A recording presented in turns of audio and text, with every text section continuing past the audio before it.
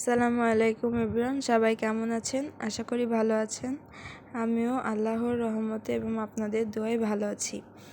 আজকে দুপুরে ভাতের সাথে কি খেয়েছি তাই শেয়ার করছি। প্রথমেই ছিল ইলিশ মাছের মাথা দিয়ে কচু শাক ভাজি।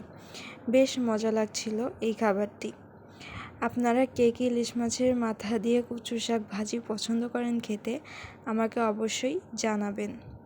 এরপরে আবারও একটু ভাত নিয়ে নিলাম, আর ভাতের সাথে ছিল পুঁইশাক, ছোট আলু দিয়ে শুটকি মাছ। এই শুটকি মাছের নামটা আমি ঠিক জানি না, কিন্তু যারা শুটকি মাছ পছন্দ করে তারা আসলে যে কোনো শুটকি মাছই খেতে ভালোবাসে।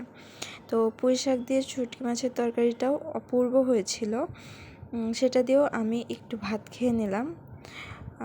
পুঁইশাকের ডাঁটাগুলোও আমি খুব পছন্দ করি। আপনারা কে পুঁইশাকের ডাঁটা খেতে ভালোবাসেন? তারপরে আবারও ভাতের সাথে ছিল একটি মাছের আইটেম। এই মাছটি পাঙ্গাস মাছ।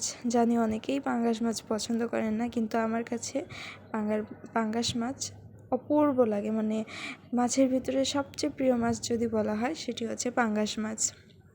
কেন জানি এই মাছটা আমার অনেক ভালো লাগে। তো এরপর পাঙ্গাস মাছ দিয়ে একটু ভাত খেয়ে নিলাম। তারপরে আবারও একটু ভাত নিয়ে নিলাম নেক্সট আর একটা আইটেম দিয়ে, সেটা হচ্ছে মুরগি।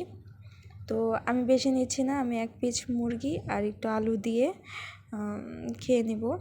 মুরগিটা অ্যাকচুয়ালি সবসময়ই থাকে, কারণ আমার বাসার অন্যান্য সদস্যরা তারা মাছ খুব একটা পছন্দ করে না, মুরগিই খায়। তো আমি ওখান থেকে একটু মুরগি নিয়ে খেয়ে নিলাম। তারপরে এই তো লাস্ট আইটেম, সেটা হচ্ছে ডাল। এটা মসুরের ডাল ছিল, মসুরের ডাল দিয়ে ভাতটা খাবো। তো এখানে একটা শুকনো মরিচ, আমি ঝাল খেতে পছন্দ করি।